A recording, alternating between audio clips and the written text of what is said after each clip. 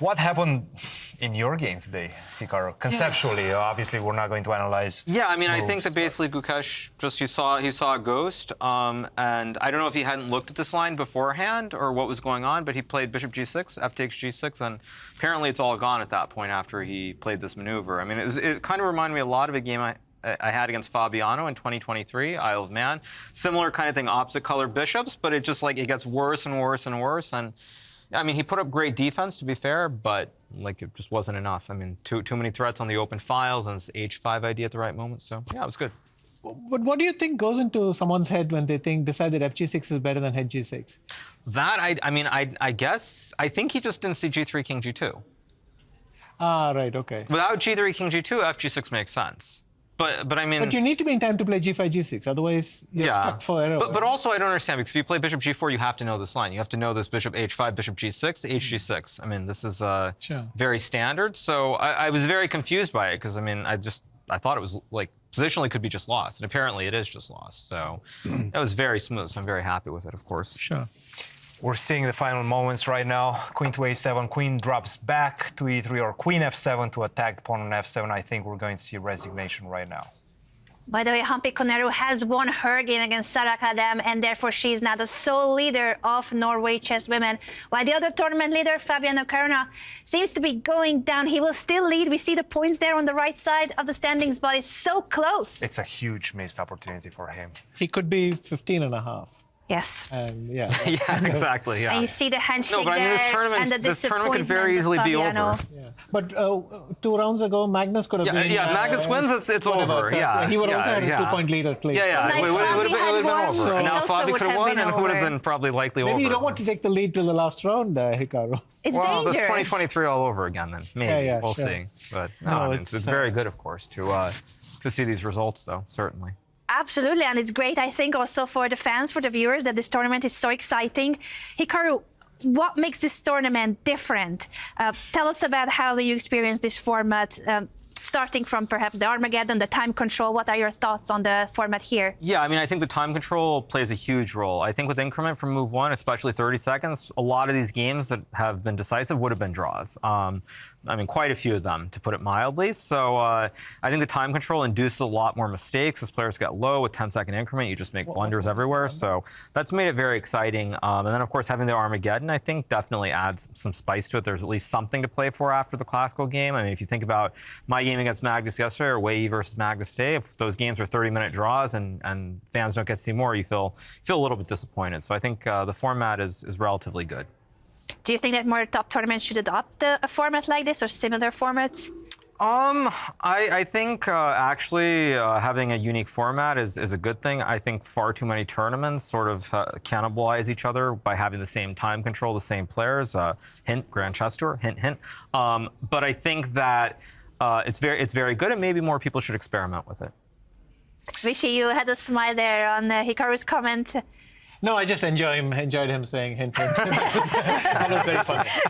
That was very funny. Hikaru, I need to ask you about that moment, obviously, between Gukesh and Magnus. Yeah. The impact that moment will have on their careers as well as the chess world moving forward.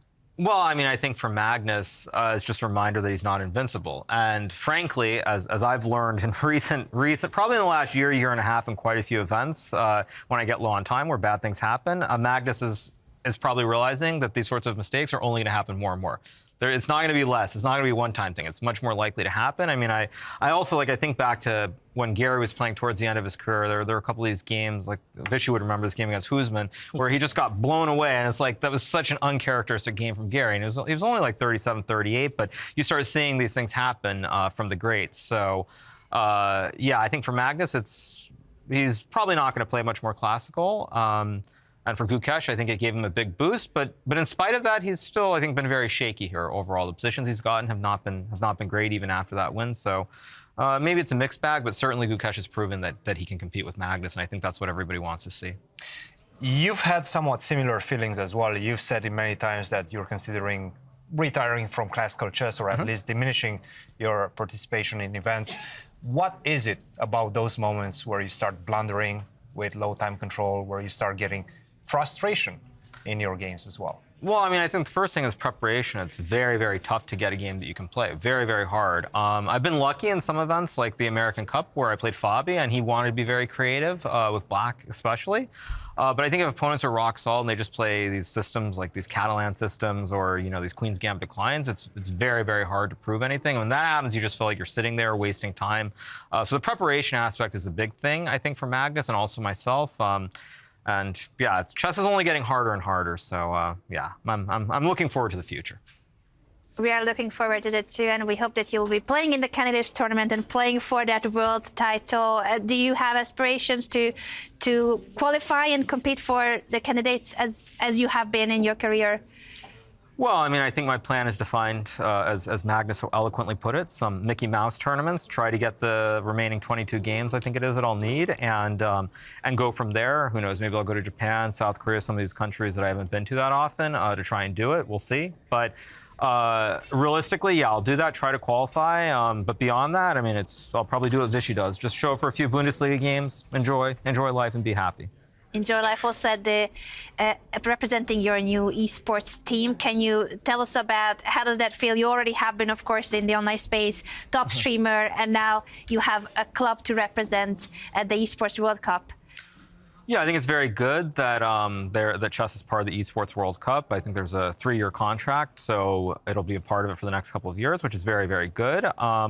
I think that hopefully Magnus does well there, hopefully I do well, and hopefully it'll bring more fans into the game. I think the main thing I would say is right now, especially with the viral moment that happened the other day when Magnus played against Gukesh, you really have to strike when everything is hot. And I would also argue, I think that for chess to be bigger, you need people to show more reactions. I think all this being proper, not showing any emotions, not getting angry, all this stuff that everybody saves until they go back to their hotel room is not good for the game. I think if you see more actual reactions, that can only be a good thing. So that's my little piece of advice, is that the more we have of that, more emotions, and people actually not being robots because they're afraid of what people on the internet will say about them.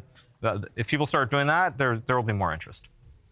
I think, Christian, we agree with you here in the studio. We want to see more emotions. We want to see the human side of chess players, and we want to congratulate you, Hikaru, on the big win today, and all the best for the remaining 2 rounds for that top place here in Stavanger. Thank you.